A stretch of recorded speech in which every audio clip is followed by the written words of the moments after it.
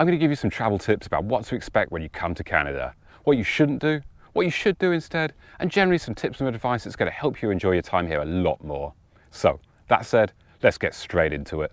You look on a map and you see Toronto, Montreal, Vancouver, Banff, and you think you can do it all in one trip. Well, it doesn't really work like that. Distances are huge. Flights take hours, trains take days.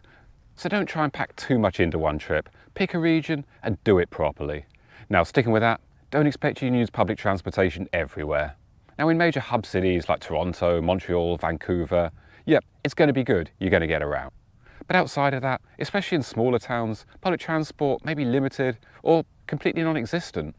But if you are travelling between major hubs like Toronto and Montreal, don't ignore the trains. That can be a wonderful way to travel. You can buy the tickets in advance via the Via Rail website, but if you do decide to use a train, don't ignore the system for getting on. It's quite regimented here. You join a queue to get to the platform, one separate one for economy and another one for business class and other higher price tickets. Everyone waits in a very orderly queue and people don't push in. You get your ticket checked, the bag weight's checked, if you've got bigger bags and you're bringing those on board, then you can go down to the train. But certainly don't worry about finding a carriage. There's people directing you all the way, there's someone outside every carriage door making sure you get in the right one. It's really, really simple. Now what you will read if you buy your ticket online is that you need to be there 1 hour before the train leaves. Don't worry about that. You'll just be queuing for ages. The seats are assigned anyway, so unless you're really worried about getting some big bags in, then yeah, just don't bother.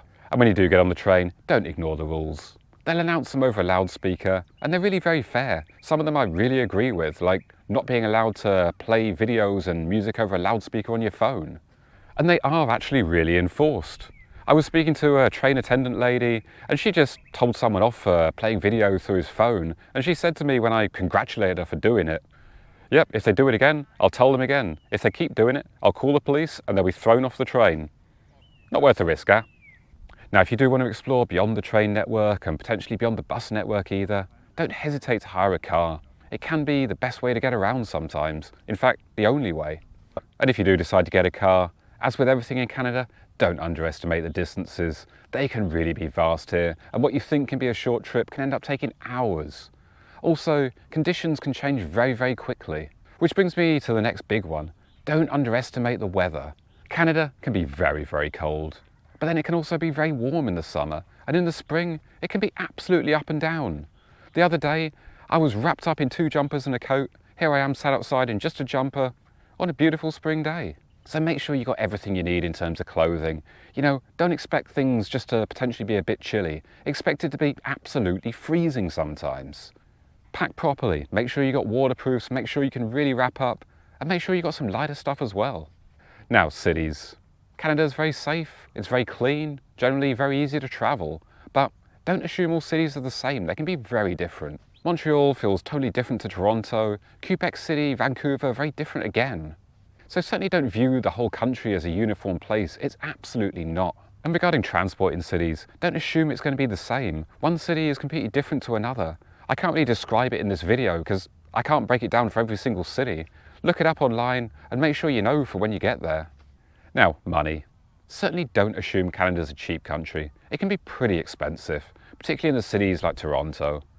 Now, accommodation in Toronto is particularly pricey. I found Montreal and Quebec to be a lot better, but still not exactly cheap. Now, something that people can get wrong here, tipping. It's very much like the US system here. Like it or loathe it, it's the way it is.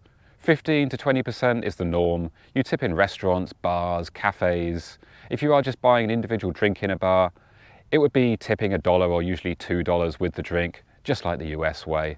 If you don't tip, you will stand out. And while we're on the subject of paying for things, don't forget the taxes.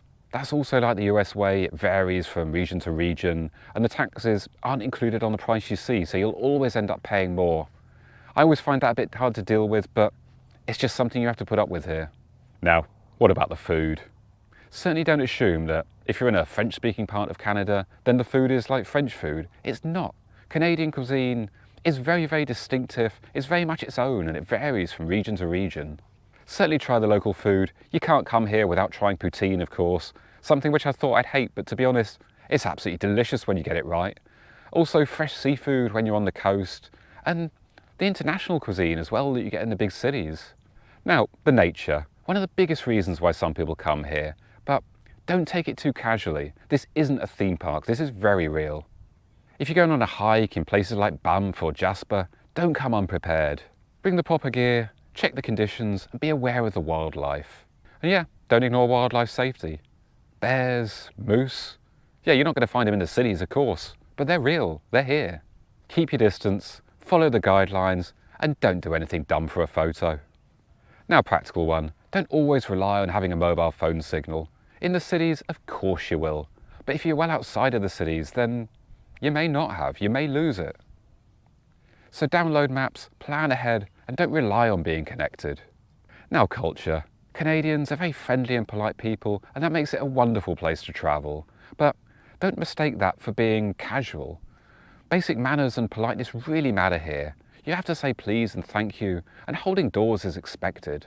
So yeah, don't ignore the sorry culture. Yeah, it's a bit of a stereotype, but it is true. Canadians are very polite, they're apologetic, so if you happen to bump into someone, they'll say sorry, and the same's expected from you. Now, safety. Canada's a very safe place, but don't get careless. Don't leave your belongings unattended for too long. Don't leave valuables on display in your car. Just the normal common sense stuff, really. So, overall, don't underestimate the scale, don't underestimate the weather, and don't try and rush across the whole country in one trip. Pick your region, take your time, and explore it properly. If you do that right, you're going to have an amazing time here. Want to see more from Canada? Let's continue our journey with this video right here where I'll show you Quebec City.